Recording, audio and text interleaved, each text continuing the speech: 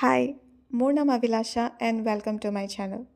আই know' মই বহুত দিনৰ পিছত পষ্ট কৰিছোঁ, চ' মই নিজেও নাজানো যে এই ভিডিঅ'টো কিমানৰ ফিডত ওলাব। বাট তাৰ পিছতো মই দিছোঁ because now it's not about views. এই এক বছৰত বহুত কিবাকিবি হ'ল।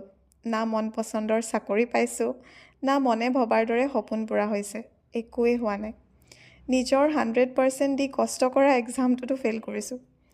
বছৰটো নেগেটিভ বুলি নকওঁ, কিন্তু এই যে ৰাস্তাত গৈ থকা গাড়ী এখনৰ হঠাৎ ইঞ্জিন বেয়া হৈ পৰি থাকে, মোৰো সেইটোৱে অৱস্থা।